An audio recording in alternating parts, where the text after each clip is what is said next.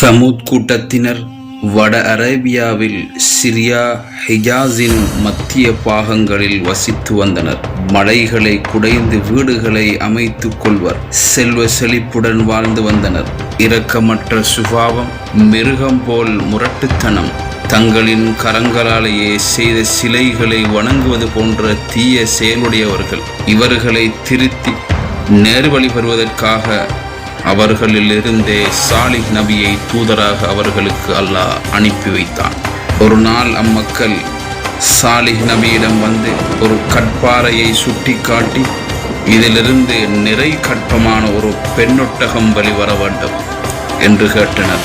உடனே சாலிஹ் நபி அல்லாஹ்விடம் கேட்க அந்த பாறையிலிருந்து நிறை கற்பமுள்ள ஒரு பெண்ணொட்டகம் வெளிவந்தது. உடனே ஒரு குட்டியையும் ஈன்றது.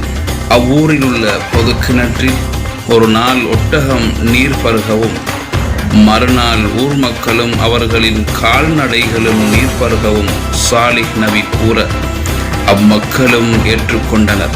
மேலும் ஒட்டகத்துக்கு எந்தவித இடையூறும் செய்யக்கூடாது என்றும், அது தன்னிச்சையாக மேய விட வேண்டும் என்றும், இதை மீறினால் அல்லாவின் தண்டனைக்குள்ளாவீர்கள் என்றும் எச்சரித்து கூறினார்கள்.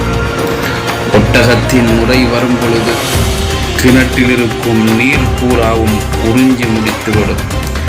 இதனால் அம்மக்களுக்கு ஒட்டகத்தின் மீது வெறுப்பு ஏற்பட்டு விட்டது. எனவே 9 நபர்கள் ஒன்று கூடி ஒட்டகத்தை தீர்த்து கட்டிட முடிவு செய்தனர்.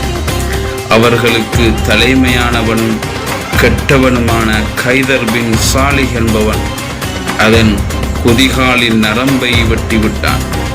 மற்றவர்கள் தங்கள் வாட்களினால் ஒட்டகத்தை வெட்டிவிட்டனர்.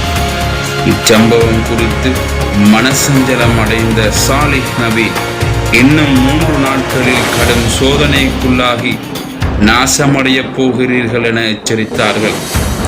3ஆம் நாள் மிக பெரும் பூமி அதிர்ச்சி ஏற்பட்டு வானிலிருந்து பெரும் சத்தமும் ஏற்பட்டு பூமியில் புதையுண்டனர்.